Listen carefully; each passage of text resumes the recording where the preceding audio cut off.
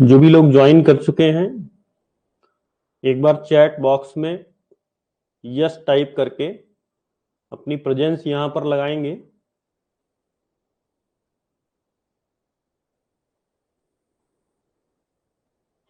आपको आपकी स्क्रीन के राइट हैंड साइड में एक चैट का ऑप्शन दिख रहा होगा, वहां पर आपको एक लिखना हुआ है यस। ओके, सो रामकेश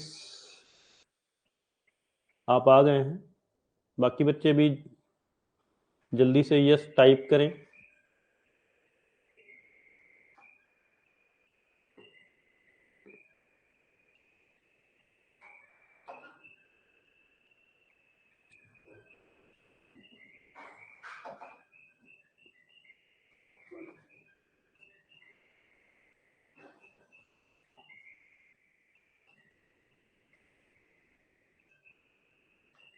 जो भी बच्चे ज्वाइन कर चुके हैं एक बार चैट बॉक्स में यस टाइप करेंगे।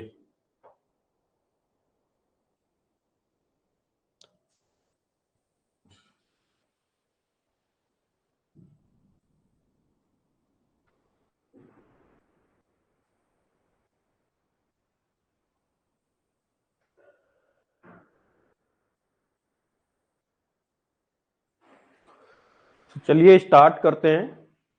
ओके, विवेक शर्मा भी आ चुके हैं। ठीक है। Hello everyone, welcome to youth engineers academy. My name is Y K Rastogi. सो आज से हम लोग ऑनलाइन बैच मैकेनिकल इंजीनियरिंग के लिए स्टार्ट कर रहे हैं। आप जो भी लोग हमारे साथ जुड़े हुए हैं इस जर्नी में हमारे साथ अगले 8 महीने के लिए रहेंगे। इसमें अभी जो सब्जेक्ट्स हम लोगों ने लिए हैं, सबसे पहला सब्जेक्ट फ्लूइड मैकेनिक्स है, और जो कि ओझा सर अभी 8 o'clock पे आपकी क्लास लिए हैं। दूसरा सब्जेक्ट स्ट्रेंथ ऑफ मटेरियल है, जिसे मैं परस्यू कर रहा हूं। ठीक है। फ्लूइड मैकेनिक्स सब्जेक्ट में एसएससी जेई से 20 से 25 क्वेश्चन जो है वो पूछे जाते हैं। बहुत ही इंपॉर्टेंट सब्जेक्ट है। स्ट्रेंथ ऑफ मटेरियल भी 10 से 15 क्वेश्चंस जो है स्ट्रेंथ ऑफ मटेरियल से पूछे जाते हैं। ये भी आपके लिए बहुत इंपॉर्टेंट है। सेकेंड जो है हाईएस्ट रहता है वो रहता है थर्मल इंजीनियरिंग। थर्मल इंजीनियरिंग भी 20 से 25 क्वेश्चन जो है वो हर साल पूछे जाते हैं। सो अभी हम लोगों ने जो कुछ पेपर्स स्टार्ट किए हैं फ्लूइड मैकेनिक्स का और स्ट्रेंथ ऑफ मटेरियल का। ठीक है। तो तकरीबन ये दोनों मिलाकर आपका 40 क्वेश्चंस के प्लस ही प्लस, मतलब 40 से 45 क्वेश्चंस के बीच में कवर अप करता है। ठीक है। बाकी सभी को जैसा कि मैं बता चुका हूं, आपके व्हाट्सएप पे मैंने आपको मैसेज किया हुआ है कि आपका जो भी वीकली टाइम टेबल रहेगा वो आपको हर संडे को आपके पास पहुंच जाएगा कि अगले वीक में आपकी कौन सी क्लासेज होने वाली है। संडे को, अभी कमिंग संडे से नहीं बट नेक्स्ट संडे से हम लोग एक स्पीड टेस्ट भी आपके लिए रखेंगे। जो भी टॉपिक्स हो जाएंगे, क्योंकि अभी बहुत अर्ली हो जाएगा इस संडे को स्पीड टेस्ट कराना, क्योंकि अभी हमें सिर्फ 4 दिन मिल रहे हैं। हाँ, नेक्स्ट संडे से आपके रेगुलर जो है वो स्पीड टेस्ट भी आपके ऑनलाइन होंगे, तो वो भी कराएंगे और उसका डिस्कशन भी करवाया जाएगा। ठीक है। सो चलिए स्टार्ट करते हैं। Subject strength of material. Strength of material subject में सबसे पहले हम ये देखेंगे कि हमें क्या क्या पढ़ना है। स्ट्रेंथ ऑफ मटेरियल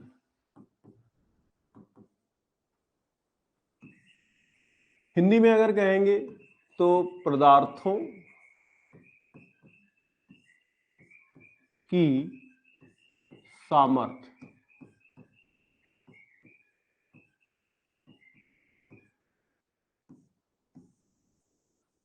सामर्थ्य या स्ट्रेंथ की बात करते हैं तो जब भी किसी मटेरियल के ऊपर हम कोई लोड लगाते हैं तो फ्रैक्चर होने से पहले वो जो भी लोड विदस्टैंड करता है, मतलब जो भी लोड वो सहन कर लेता है, उसे हम उसकी स्ट्रेंथ कहते हैं। ठीक है। किसी बॉडी के ऊपर आपने लोड लगाया, लोड से मतलब है लोड और वेट की बात करें या लोड या फोर्स की बात करें, so load is something which is external to the body, मतलब जो भी फोर्स बॉडी के ऊपर बाहर से लगाया जाता है वो उसका लोड कहलाता है, उस बॉडी पर लोड कहलाता है। लोड को हम लोग हिंदी में कहते हैं भार। तो किसी बॉडी के ऊपर जो हम एक्सटर्नली फोर्स अप्लाई करते हैं, बाहर से जो भी बल लगाते हैं, वो बल कहलाता है भार। तो किसी वस्तु पर यदि आप भार लगा रहे हैं और वह वस्तु जो है फेल होने से पहले, मतलब फेल किस तरीके से होगी, कोई बीम है तो फ्रैक्चर कर जाएगी, ठीक है। फ्रैक्चर कर जाना मतलब बिल्कुल जरूरी नहीं है कि वो टूट ही जाए तो उसको कहेंगे। अगर उसमें बेंडिंग, बेंडिंग का मतलब झुकाव, तो झुकाव अगर एक लिमिट से ज्यादा हो गया तो भी हम उसे फेल मानते हैं, ठीक है। तो किसी भी प्रकार से जो भी पदार्थ के लिए निर्धारित मान्यताएं हैं, उन मान्यताओं के बियॉन्ड या उन मान्यताओं से अलग अगर लोड लगाने पर वस्तु की स्थिति में परिवर्तन हो रहा है तो हम उसे फेल्योर कहते हैं। और एक वस्तु जो है वो अपने फेल्योर से, फेल होने से पहले जितना भार सहन कर सकती है वो उस वस्तु की सामर्थ्य, उस पदार्थ की सामर्थ्य कहलाती है, ठीक है। इस सब्जेक्ट को कई जगह पर मैकेनिक्स ऑफ सॉलिड्स के नाम से भी जाना जाता है, जिसे हम लोग कहते हैं मॉस। जैसे स्ट्रेंथ ऑफ मटेरियल है, तो स्ट्रेंथ ऑफ मटेरियल को हम लोग अगर शॉर्ट में कहेंगे तो हम इसे सॉम कह सकते हैं, स्ट्रेंथ ऑफ मटेरियल। या फिर यही सब्जेक्ट जो है वो दूसरी तरह से अगर हम देखेंगे, मतलब इसका जो दूसरा नाम है वो है मैकेनिक्स ऑफ सॉलिड्स। ठोस पदार्थों की गतिकी, मैकेनिक्स का मतलब है गतिकी, ठीक है। तो ठोस पदार्थों की गतिकी, या फिर हम इसको कह सकते हैं मॉस। तो सोम भी इस सब्जेक्ट को कहा जाता है और इसी सब्जेक्ट को पॉलिटेक्निक डिप्लोमा में मॉस के नाम से भी जानते हैं, ठीक है। Mechanics of solids. Mechanics of solids कई और सब्जेक्ट्स हैं जिनमें हम लोगों ने मैकेनिक्स वर्ड को देखा है, जैसे इंजीनियरिंग मैकेनिक्स, जैसे fluid mechanics, engineering mechanics, fluid mechanics, mechanics of solids, ठीक है। तो ये कई सारी मैकेनिक्स हैं, अलग अलग बॉडीज के लिए, अलग अलग टाइप ऑफ बॉडीज के लिए हम जो मैकेनिक्स पढ़ते हैं उनके अपने अलग अलग नाम हैं। जैसे कि रिजिड बॉडी, रिजिड बॉडी से मेरा मतलब है जो दृढ़ पिंड होते हैं, जिन पर भार लगाने पर, जिन पर बल लगाने पर उनके आकार और आकृति में किसी भी प्रकार का कोई परिवर्तन नहीं होता है, तो ऐसे पिंड को, ऐसी बॉडीज को रिजिड बॉडीज कहा जाता है। तो रिजिड बॉडीज किन्हें कहते हैं? जिन बॉडीज पर बल लगाने पर या बाह्य बल लगाने पर या भार लगाने पर उनकी आकृति में, मतलब उनके शेप में, और उनके आकार में, मतलब उनके साइज में किसी भी प्रकार का परिवर्तन नहीं होता है, तो ऐसे पिंड को कहा जाता है, ऐसे पिंड को हम लोग क्या कहते हैं? ऐसे पिंड को कहते हैं रिजिड, मतलब दृढ़ पिंड। और दृढ़ पिंडों की जो मैकेनिक्स होती है उस मैकेनिक्स को कहा जाता है mechanics of engineering mechanics, engineering mechanics. अच्छा, बल लगाने पर कुछ पिंड होंगे जिनके आकार में और आकृति में परिवर्तन हो सकता है, ऐसे पिंड्स को डिफॉर्मेबल बॉडीज कहा जाता है। ऐसे पिंडों को डिफॉर्मेबल बॉडीज कहा जा सकता है। डिफॉर्मेबल बॉडीज का मतलब होता है विरूपित पिंड, मतलब जिन्हें डिफॉर्म किया जा सकता है बल लगाकर, बाह्य बल लगाकर, जिनके आकार और आकृति में परिवर्तन किया जा सकता है, उन्हें हम लोग कहते हैं डिफॉर्मेबल बॉडीज। डिफॉर्मेबल बॉडीज का जो मैकेनिक्स होता है उसी को कहते हैं स्ट्रेंथ ऑफ मटेरियल या फिर मैकेनिक्स ऑफ सॉलिड्स। बाकी ये आपको क्लियर हो गया होगा। एक मैं और आपको हिंट दे देता हूं, वो है रेजिस्टेंट बॉडीज। रेजिस्टेंट बॉडीज जो है वो प्रतिरोधी पिंड कहलाते हैं। प्रतिरोधी पिंड से यहां पर तात्पर्य यह है कि बल लगाने पर यदि वस्तु के आकार और आकृति में कोई आश्चर्यजनक परिवर्तन नहीं हो रहा है। कोई आश्चर्यजनक परिवर्तन से मतलब है कि किसी भी प्रकार का एप्रिसिएबल या डिटेक्टेबल डिफॉर्मेशन, मतलब जिसे हम देख के ये कह सकें, ये ना कह सकें कि इसमें डिफॉर्मेशन हुआ है। सपोज करिए कि मेरे हाथ में ये पेन है और अगर मैं इस पेन को खींचूं तो इस पेन को खींचने पर ऑब्वियस सी बात है कि इसकी लंबाई में कुछ ना कुछ परिवर्तन हो रहा है, ठीक है, लेकिन वो परिवर्तन मुझे विजिबल नहीं है, मुझे दिखाई नहीं दे रहा है, मतलब मैं देख नहीं पा रहा हूं, मैं डिटेक्ट नहीं कर पा रहा हूं। तो ऐसी बॉडीज को कहा जाता है रेजिस्टेंट बॉडीज या फिर प्रतिरोधी पिंड। प्रतिरोधी पिंडों की जो मैकेनिक्स होती है, जो रेजिस्टेंट बॉडीज की जो मैकेनिक्स होती है, उनको मैकेनिक्स ऑफ मशीन्स कहा जाता है। उन्हें हम मैकेनिक्स ऑफ मशीन्स में पढ़ते हैं। मॉम एक सब्जेक्ट होता है मैकेनिक्स ऑफ मशीन्स, जिसे थियरी ऑफ मशीन सब्जेक्ट के नाम से भी जानते हैं, ठीक है। तो यहां पर सॉलिड बॉडीज के केस में देखें तो तीन तरह की मैकेनिक्स है जिसे हम लोग पढ़ते हैं। इंजीनियरिंग मैकेनिक्स, इंजीनियरिंग मैकेनिक्स मुझे कमेंट करके बताएंगे कि इंजीनियरिंग मैकेनिक्स मैंने किस तरह की बॉडीज के लिए बताया है, कि इंजीनियरिंग मैकेनिक्स किस तरह की बॉडीज का मैकेनिक्स है। उसके बाद में जो आपका स्ट्रेंथ ऑफ मटेरियल है, सोम या फिर मॉस, ये किस तरह के बॉडीज के लिए हम लोग यूज करते हैं। फिर मैकेनिक्स ऑफ मशीन्स या फिर थियरी ऑफ मशीन्स, ये किस तरह की बॉडीज के लिए मैंने अभी आपको बताया है। तो कमेंट बॉक्स में लिखेंगे कि सबसे पहले बताएंगे इंजीनियरिंग मैकेनिक्स। तो सभी लोग कमेंट करिए कि इंजीनियरिंग मैकेनिक्स जो सब्जेक्ट है वो किस तरह की बॉडीज का मैकेनिक्स है, किस तरह की बॉडीज को स्टडी किया जाता है इंजीनियरिंग मैकेनिक्स में। आपके कमेंट्स का इंतजार है। देखिए, ये क्लास रिकॉर्डेड नहीं है, ये लाइव क्लास है। यहां पर हो सकता है कि आप हमारे सामने ना बैठे हो, लेकिन मैं आपसे क्वेश्चन पूछूंगा, आप उस क्वेश्चन का आंसर भी करेंगे, ठीक है। आंसर करेंगे चैट बॉक्स के द्वारा, जिससे कि हमारा एक कन्वर्सेशन लेवल भी यहां पर डेवलप होना चाहिए। टीचिंग जो है वो टू वे कम्युनिकेशन होना चाहिए। टीचिंग कभी भी वन वे कम्युनिकेशन में सही साबित नहीं होती है।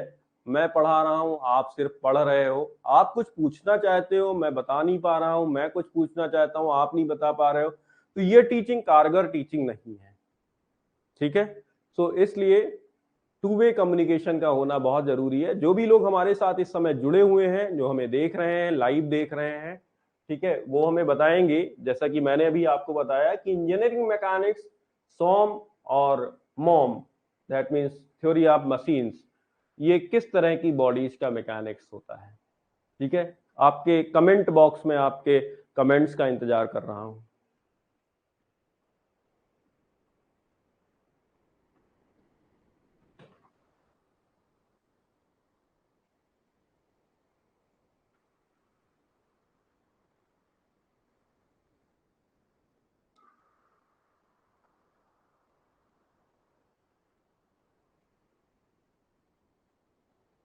सभी लोग कमेंट करें।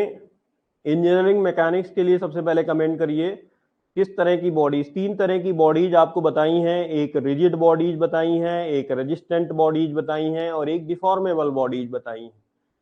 तो आपको बताना है कि इनमें से इंजीनियरिंग मैकेनिक्स में हम लोग किस तरह की बॉडीज को पढ़ते हैं। कमेंट करिए।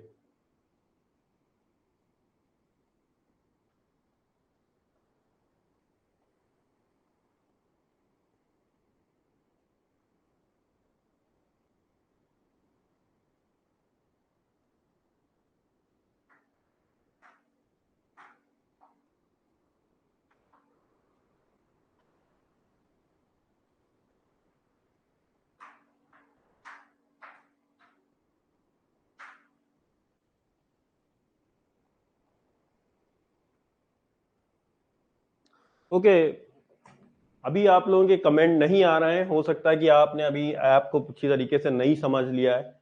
बाकी लोग जिन्होंने पहले एस में कमेंट किया था वो लोग तो कर सकते हैं। इंजीनियरिंग मैकेनिक्स में चलिए हम लोग टाइम वेस्ट नहीं करते हैं। इंजीनियरिंग मैकेनिक्स में हम लोग रिजिड बॉडीज का मैकेनिक्स पढ़ते हैं। सोम में हम लोग डिफॉर्मेबल बॉडीज का मैकेनिक्स पढ़ते हैं और टॉम में हम लोग रेजिस्टेंट बॉडीज का मैकेनिक्स पढ़ते हैं। और ये जो तीनों मैकेनिक्स हैं, जो तीनों तरह की बॉडीज हैं, ये आपकी तीनों बॉडीज जो है वो सॉलिड बॉडीज में आती हैं। ये तीनों बॉडीज जो है वो आपकी सॉलिड बॉडीज हैं।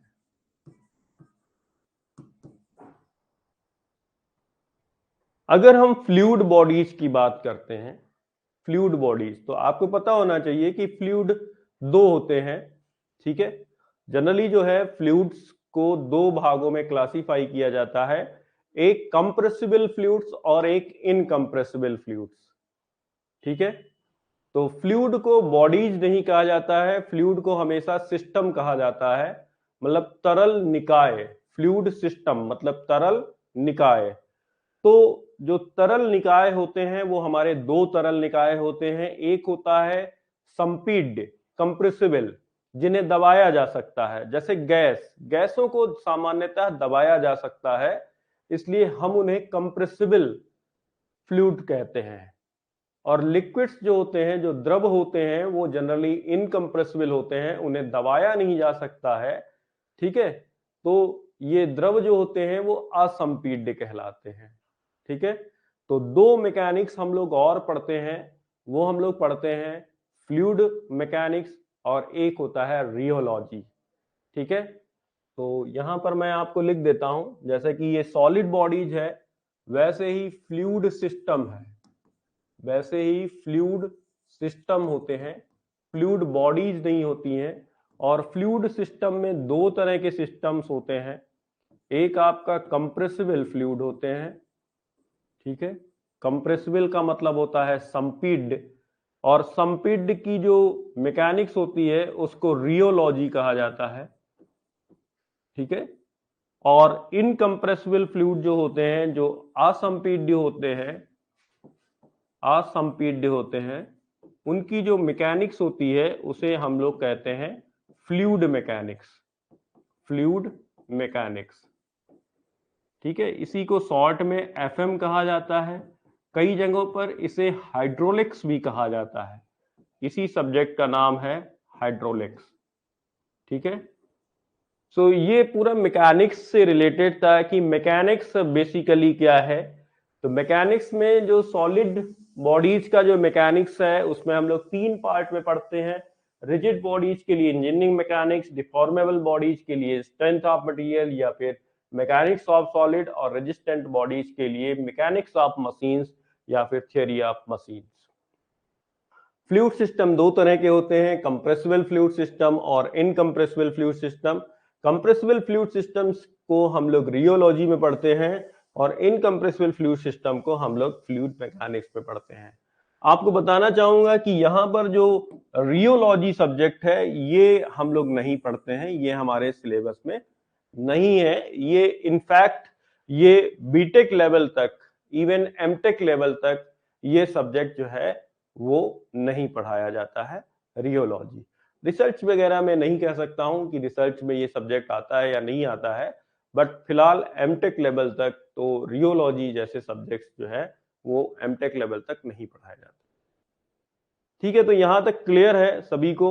एक बार कमेंट बॉक्स में यस लिख दें, मुझे लगेगा कि आप मुझे देख रहे हैं, मेरी बातें भी सुन रहे हैं। कमेंट नहीं कर रहे हैं, कमेंट करिए यस अगर आपको यहां तक समझ में आया हो।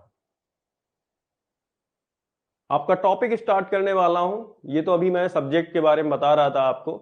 आपका टॉपिक स्टार्ट करने वाला हूं, एक बार यस कमेंट में लिख दीजिए। ओके, सो यहां पर मैं आज जो टॉपिक आपका स्टार्ट करने वाला हूं स्ट्रेंथ ऑफ मटेरियल सब्जेक्ट के अंतर्गत, वो टॉपिक है सपोर्ट रिएक्शन। टॉपिक का नाम है सपोर्ट रिएक्शन, आप साथ साथ नोट्स भी बनाएंगे। ठीक है, सपोर्ट रिएक्शन।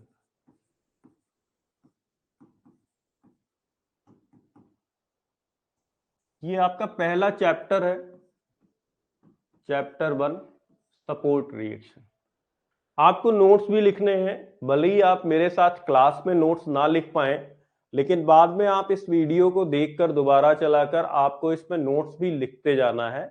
बाकी पीडीएफ मैंने ऑलरेडी दे रखी है स्ट्रेंथ ऑफ मटेरियल की, तो उससे भी आप हेल्प ले सकते हैं। ठीक है। सपोर्ट रिएक्शन बहुत ही इंपॉर्टेंट चैप्टर है सपोर्ट रिएक्शन का, और इसमें बहुत सारी अच्छी अच्छी चीजें हैं जो आज आपको सीखने को मिलेंगी। ठीक है, और इन सारी चीजों को हम अप्लाई करेंगे। ये जो टॉपिक है ये शियर फोर्स डायग्राम और बेंडिंग मोमेंट डायग्राम का जो है वो प्री रिक्वेस्टीज टॉपिक है। मतलब एसएफडी बीएमडी पढ़ने से पहले हमें सपोर्ट रिएक्शन टॉपिक जो है वो आना चाहिए, क्योंकि रिएक्शन सबसे पहले निकाली जाती है, उसके बाद में ही शियर फोर्स और बेंडिंग मोमेंट डायग्राम जो है वो बनाया जाता है। तो सबसे पहले स्टार्ट करते हैं कि इस टॉपिक में क्या क्या चीजें हम लोग पढ़ने वाले हैं। तो पहला जो यहाँ पर हेडिंग आ रहा है वो है बीम। बीम को हिंदी में धरन कहते हैं, धरन। बीम क्या होता है? सो बीम के बारे में अगर हम बात करें तो आप जहां कहीं भी बैठे हैं, अपने कमरे में अगर आप बैठे हुए हैं, ठीक है, जिस भी रूम में बैठे हुए हैं, जिस हॉल में बैठे हुए हैं, आपके आसपास कोई ना कोई ऐसी स्ट्रक्चरल मेंबर, आपके जो घर की दीवारें बनी हुई हैं, अगर वो बीम पर आपका घर बना हुआ है, स्ट्रक्चर पे बना हुआ है, कॉलम ऑन बीम्स पे बना हुआ है, तो आप देखेंगे कि जो हॉरिजेंटल मेंबर होता है किसी स्ट्रक्चर का, उसे बीम कहा जाता है, और जो वर्टिकल मेंबर होता है बीम स्ट्रक्चर का, उसे पिलर कहा जाता है। ठीक है, इसी सब्जेक्ट में हम लोग आगे कॉलम एंड स्ट्रट्स नाम का एक टॉपिक पढ़ेंगे, जिसमें मैं पिलर्स के बारे में आपको बताऊंगा, बहुत ही अच्छी बात बताऊंगा आपको पिलर्स के बारे में। फिलहाल आज का हमारा टॉपिक है सपोर्ट रिएक्शन, और सपोर्ट रिएक्शन में पहला टॉपिक है बीम। तो बीम क्या होता है? बीम जो है वो किसी स्ट्रक्चर का वह क्षैतिज अवयव है, मतलब हॉरिजेंटल कंपोनेंट है, जो कंप्रेसिव लोड्स को सपोर्ट करता है। देखिए, जो आपका लिंटर है, जो आपकी छत है, छत क्या कर रही है? छत एक लोड है और लोड को सपोर्ट कर रहा है। देखिए, ये लोड है और लोड को सपोर्ट किस पे किया गया है? लोड किस पे सपोर्टेड है? वो सपोर्टेड है बीम्स के ऊपर। तो कंप्रेसिव लोड्स को सपोर्ट करने वाला स्ट्रक्चर का हॉरिजेंटल मेंबर जो है, मतलब क्षैतिज अवयव या हॉरिजेंटल मेंबर या हॉरिजेंटल कंपोनेंट, उसे हम लोग कहते हैं बीम। ठीक है, तो यहां पर मैं डिफिनीशन आपको दे रहा हूं। ठीक है, स्ट्रक्चर का हॉरिजेंटल मेंबर या कंपोनेंट, हॉरिजेंटल मेंबर जो कॉम्प्रेसिव लोड्स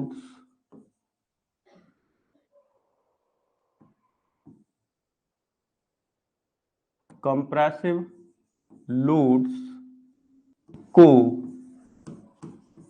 सपोर्ट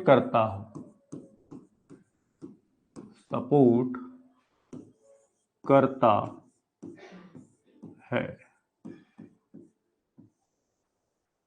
स्ट्रक्चर का हॉरिजेंटल मेंबर जो कंप्रेसिव लोड को सपोर्ट करता है, उसे हम लोग बीम कहते हैं। ठीक है, और अगर यहां पर वर्टिकल मेंबर की बात की जाएगी तो उसे कॉलम कहा जाता है या फिर पिलर कहा जाता है। ठीक है, तो फिलहाल अभी हम लोग हॉरिजेंटल मेंबर पर हम लोग कंसंट्रेट करें। हमारा टॉपिक है सपोर्ट रिएक्शन, जो कि बीम है। ठीक है, तो क्लियर होगा आप लोगों को। एक बार आप लोग मुझे कमेंट करके बताइए, जिस लैंग्वेज का मैं यूज कर रहा हूं, जो कि मिक्स लैंग्वेज है, हिंदी और इंग्लिश दोनों का मिक्स है, स्ट्रक्चर का हॉरिजेंटल मेंबर जो कंप्रेसिव लोड्स को सपोर्ट करता है, तो ये आपको चलेगा या नहीं चलेगा? कमेंट करके बताइए, यस और नो। कंफर्टेबल है ना? जो भी चीजें मैं ले रहा हूं, स्ट्रक्चर का मतलब होता है संरचना, तो किसी भी संरचना का वह क्षैतिज अवयव जो कंप्रेसिव लोड्स मतलब संपीड़न भार का सपोर्ट करता है या को सपोर्ट करता है, ठीक है, उसे हम लोग बीम कहते हैं। ठीक है, तो आई थिंक क्लियर है। ठीक है। नो सर, अच्छा, मतलब आप क्या चाहते हैं, थोड़ा सा इलेबोरेट कर दीजिए विवेक शर्मा। विवेक शर्मा, आप क्या चाहते हैं, थोड़ा सा इलेबोरेट कर दीजिए। आप पूरा हिंदी चाहते हैं या पूरा इंग्लिश चाहते हैं, क्या चाहते हैं? हिंदी चाहते हैं, पूरा हिंदी चाहते हैं। ठीक है, तो अगर आपको पूरा हिंदी चाहिए तो आप पूरा हिंदी लिख लीजिए, ये लीजिए।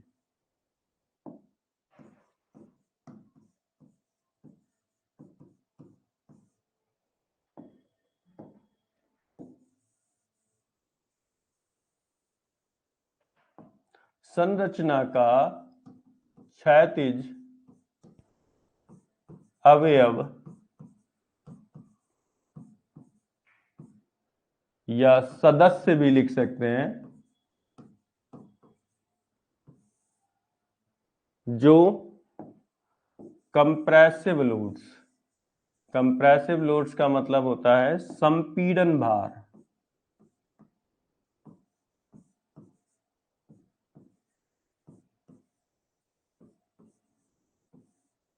भार को सपोर्ट करता है। ठीक है, ओके। विवेक शर्मा, आप चाहते हैं पूरा इंग्लिश होना चाहिए, ठीक है, तो आप पूरा इंग्लिश देख लीजिए। ठीक है, जैसे रामकेश को हिंदी चाहिए, आपने इंग्लिश के लिए लिखा हुआ है तो आप इंग्लिश लिख लीजिए। It is defined as horizontal member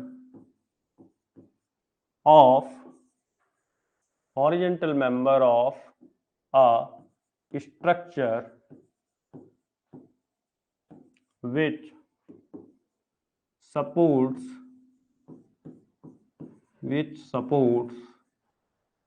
compressive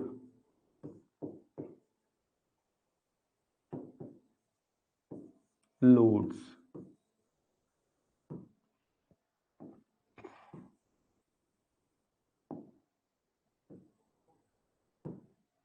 Which support compressive loads.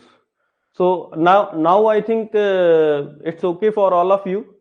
एक बार मैंने सेंटेंस को पूरी तरीके से हिंदी में लिख दिया है और एक बार उसी डिफिनीशन को इंग्लिश में लिख दिया है। So now I think okay. So please comment. Ramkesh, is it okay? And Vivek Sharma, is it okay for you also? देखिए, आज पहली क्लास है, थोड़ा सा जो है मैं आपके साथ ट्यून करना चाह रहा हूं। ठीक है, एक बार ट्यूनिंग हमारी आपकी हो जाएगी तो जो भी आप चाहते हैं। ओके, रामकेश का ओके आ गया है। विवेक शर्मा, आपकी तरफ से भी एक ओके आ जाए, then it will be okay for all of you, क्योंकि जब हिंदी में भी आ गया और इंग्लिश में भी आ गया तो सभी के लिए okay. Okay, fine. So beam के बारे में हम लोगों ने समझ लिया है कि बीम क्या होता है। That is the structural horizontal member which supports compressive loads, उसे हम लोग कहते हैं बीम या फिर धरन। सो हमारा अगला टॉपिक है कि बीम्स जो हैं वो कितने टाइप्स की होती हैं। तो हमारा जो अगला टॉपिक है वो है types of beam. Types of beam.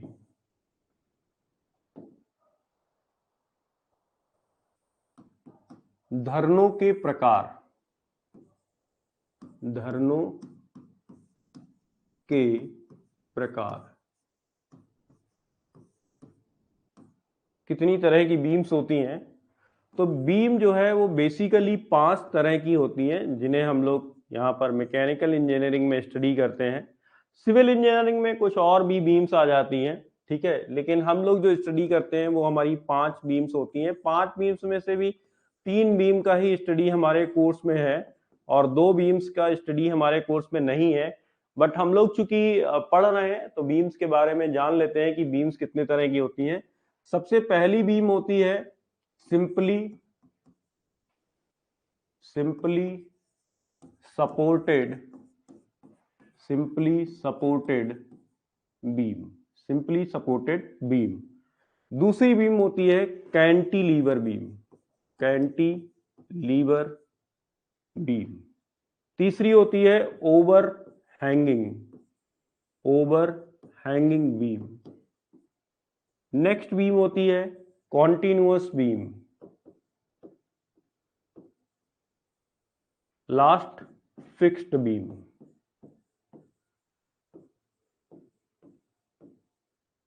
Cantilever beam में ही सिविल इंजीनियरिंग में एक प्रॉप्ड कैंटिलीवर बीम भी आ जाती है, लेकिन प्रॉप्ड कैंटिलीवर हमारे कोर्स में नहीं है।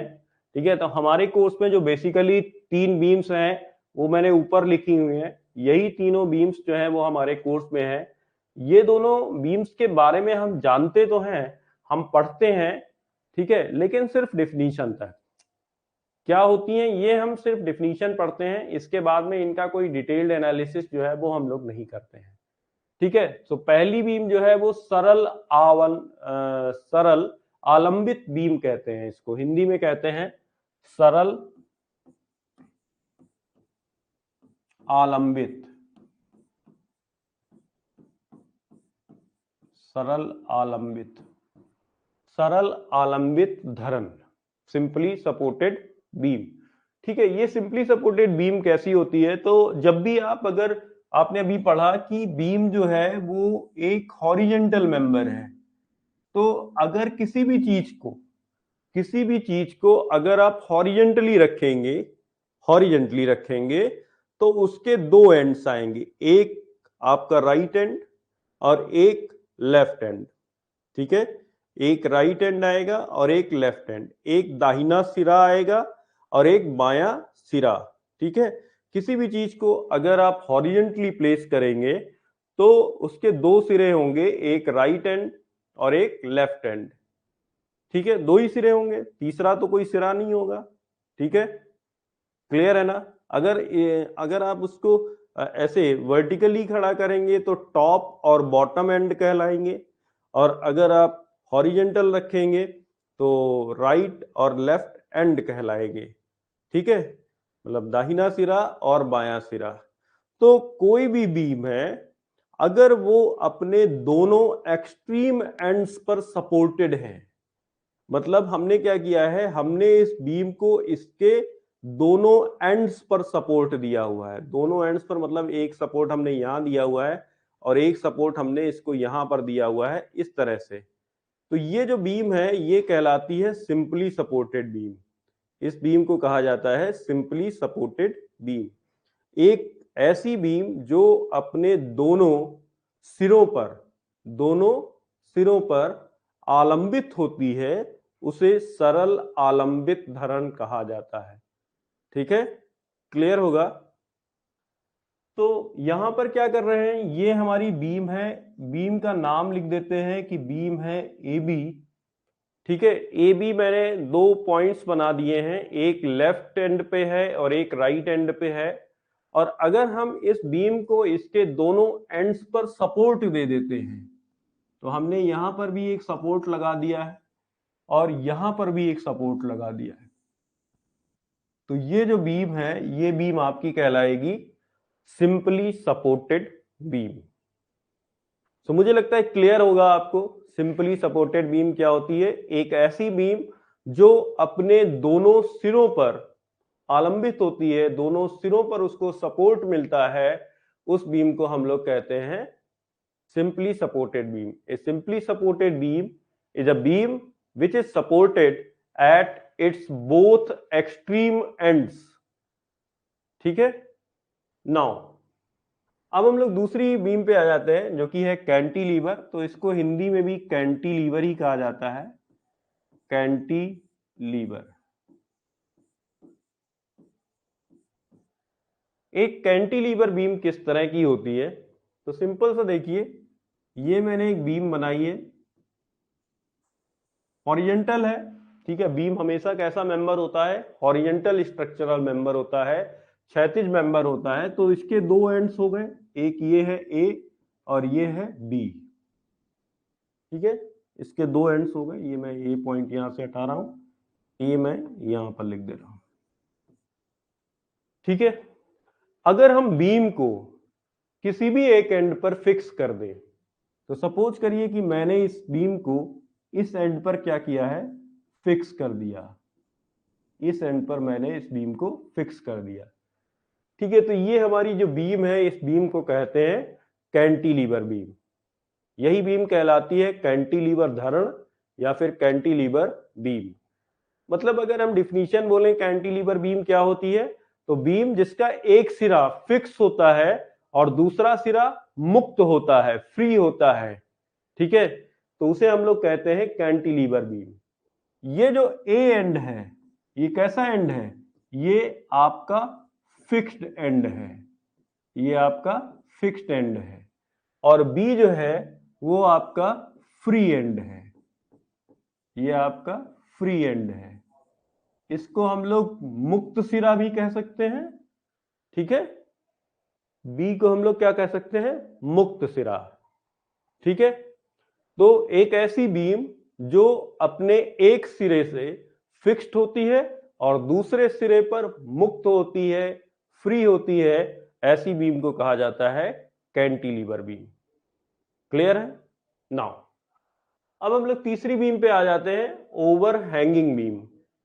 सो ओवर हैंगिंग बीम देखिए किस तरह की होती है। तो हमने एक यहां पर बीम बना ली है। इस बीम के दो सिरे हैं, एक ए है और एक बी है। यहां पर हमने इसको एक सपोर्ट दिया हुआ है यहां पर, और एक सपोर्ट हमने दिया है यहां पर। तो आप देखेंगे कि इस बीम का जो कुछ पोर्शन है, इस बीम का कुछ पोर्शन से मतलब इस पॉइंट को अगर मैं सी लिख लेता हूं, तो आप देखेंगे जो बीसी पोर्शन है वो अनसपोर्टेड है। वो कैसा है, अनसपोर्टेड, उसे किसी भी प्रकार का सपोर्ट प्राप्त नहीं है। ठीक है, तो ऐसी बीम को कहा जाता है ओवरहैंगिंग बीम। मतलब यह है कि यदि बीम का कुछ हिस्सा जो है वो अनसपोर्टेड है या ओवरहैंग होता है, तो ऐसी बीम को ओवरहैंगिंग बीम कहते हैं। अच्छा, जैसे मैंने एक तरफ ओवरहैंग दिखाया है यहां पर, तो उसी तरह से मैं दोनों तरफ भी ओवरहैंग दिखा सकता हूं। ठीक है, बिल्कुल दिखा सकते हैं, आप दोनों तरफ भी ओवरहैंग दिखा सकते हैं। तो ये बीम लिया है ए बी, यहां पर एक सपोर्ट लगा दिया और एक सपोर्ट यहां पर लगा दिया। ठीक है, तो ये पॉइंट हो गया सी, ये पॉइंट हो गया डी। तो अब आप देखेंगे कि जो एसी पोर्शन है, इसको मैं अलग कलर से कर देता हूं। ये जो एसी पोर्शन है हमारा, ये वाला, और इधर जो बीडी पोर्शन है ये वाला, या फिर ये यहां पर जो बीसी पोर्शन है ये वाला, ये सभी पोर्शंस कैसे हैं, ये सभी पोर्शंस अनसपोर्टेड हैं। ये सभी पोर्शन कैसे हैं, अनसपोर्टेड हैं। इन्हें कोई सपोर्ट प्राप्त नहीं है, अनसपोर्टेड पोर्शन है। या फिर आप इन्हें ओवरहैंग्ड भी कह सकते हैं, ओवरहैंग्ड। ठीक है, सो ओवरहैंग्ड पोर्शन या फिर अनसपोर्टेड पोर्शन। तो ओवरहैंगिंग बीम अगर आप देखेंगे तो ओवरहैंगिंग बीम जो है वो दो तरह की पॉसिबल है। ओवरहैंगिंग बीम जिसमें एक साइड में ओवरहैंग होता है या फिर दोनों साइड में ओवरहैंग होता है। इसके अलावा ओवरहैंगिंग बीम का कोई तीसरा टाइप नहीं होता है, क्योंकि दो ही एंड है, एक लेफ्ट एंड एक राइट एंड।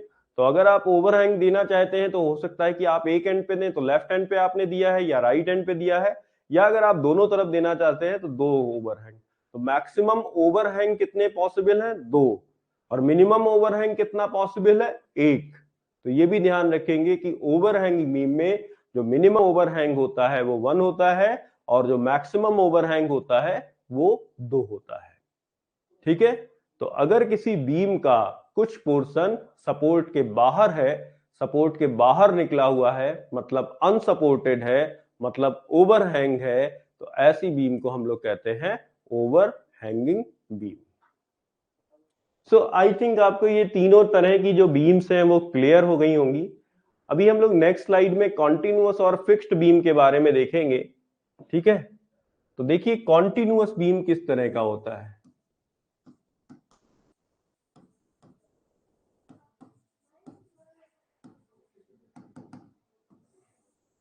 कॉन्टिन्यूअस बीम, एक बीम, देखिए बीम के कितने एंड हैं? दो ही एंड होते हैं, जैसा कि मैंने अभी आपको बताया, एक लेफ्ट एंड और एक राइट एंड, दो सिरे होते हैं, एक बायां सिरा और एक दाहिना सिरा।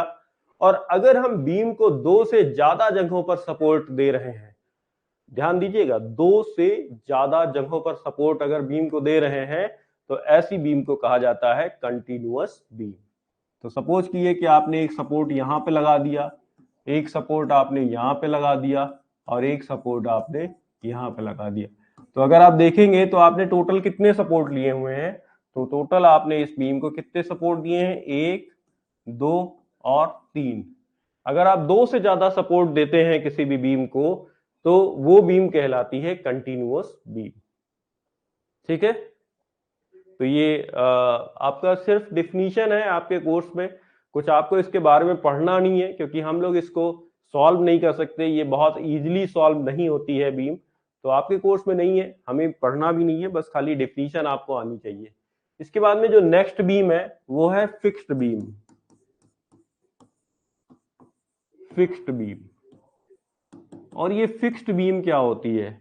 अगर बीम अपने दोनों सिरों पर फिक्स हो, अगर बीम जो है वो अपने दोनों सिरों पर, लेफ्ट सिरे पर भी और राइट सिरे पर भी फिक्स होती है, तो ऐसी बीम को कहा जाता है फिक्स्ड बीम।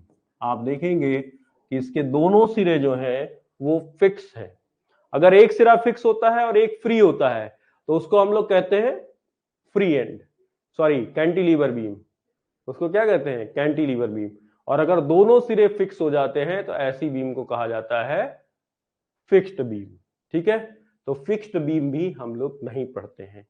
ठीक है, तो टोटल आपकी जो 5 बीम्स होती हैं, टोटल आपकी 5 बीम्स होती हैं, 5 बीम में से हम लोग 3 बीम के बारे में पढ़ते हैं। सिंपली सपोर्टेड बीम के बारे में पढ़ते हैं, कैंटिलीवर के बारे में पढ़ते हैं और ओवरहैंगिंग के बारे में पढ़ते हैं। कंटिन्यूअस नहीं पढ़ते और फिक्स्ड बीम के बारे में भी नहीं पढ़ते हैं। सिर्फ डेफिनीशन जाननी होती है। अगर एक बीम, एक बार फिर से रिवाइज कर लेते हैं, सिंपली सपोर्टेड बीम जो कि अपने दोनों सिरों पर आलंबित होती है, सपोर्ट जिसे प्राप्त है, वो ऐसी बीम को कहा जाता है सिंपली सपोर्टेड बीम। एक एंड पर फिक्स है, दूसरे एंड पर फ्री है, कैंटिलीवर बीम। अगर बीम का कुछ पोर्शन सपोर्ट के बाहर है तो ऐसी बीम को कहा जाता है ओवरहैंगिंग बीम। ओवरहैंग दो हो सकते हैं, मतलब ओवरहैंगिंग बीम दो तरह की हो सकती हैं, जिसमें एक तरफ ओवरहैंग हो और जिसमें दोनों तरफ ओवरहैंग हो। ठीक है, उसके बाद में नेक्स्ट आपको मैंने बताया कि कंटिन्यूअस बीम किस तरह की होती हैं, जिसमें दो से ज्यादा सपोर्ट्स होते हैं, ऐसी बीम को कंटिन्यूअस बीम कहते हैं। और फिक्स्ड बीम किसे कहते हैं? जिसके दोनों सिरे फिक्स होते हैं, ऐसी बीम को कहते हैं फिक्स्ड बीम्स। ऐसी बीम्स को कहा जाता है fixed beams. So I think clear होगा सभी को। एक बार कमेंट बॉक्स में यस टाइप करेंगे, एक बार कमेंट बॉक्स में यस टाइप करिए कि आपको क्लियर है या नहीं।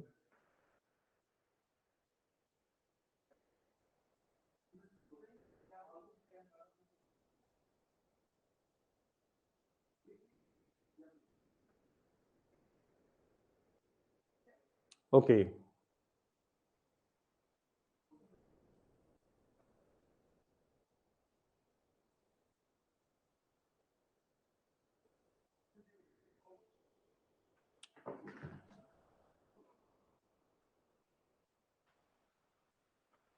तो ठीक है, आज के लिए मैं यहीं पर रोकता हूं इस क्लास को, और एक अनाउंसमेंट भी आपकी क्लास में ही कर देता हूं। जैसे कि कुछ इनपुट्स भी मिले हैं, कुछ बच्चों ने हमसे बात भी की है, उन्हें टाइम थोड़ा सा बहुत ज़्यादा डिले लग रहा है। तो कल से जो मेरी क्लास होगी वो 10 बजे के बजाय, जो टाइम टेबल आपको गया है उसमें मेरी क्लास का टाइम 10 बजे से है, तो कल से मेरी क्लास का जो टाइम रहेगा वो 9:30 से रहेगा।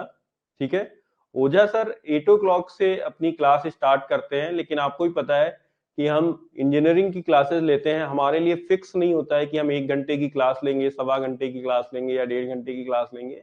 तो इसलिए थोड़ा सा टाइम जो है बीच में गैप दिया जा रहा है। ठीक है, सो 9:30 से कल हमारी क्लास स्टार्ट होगी।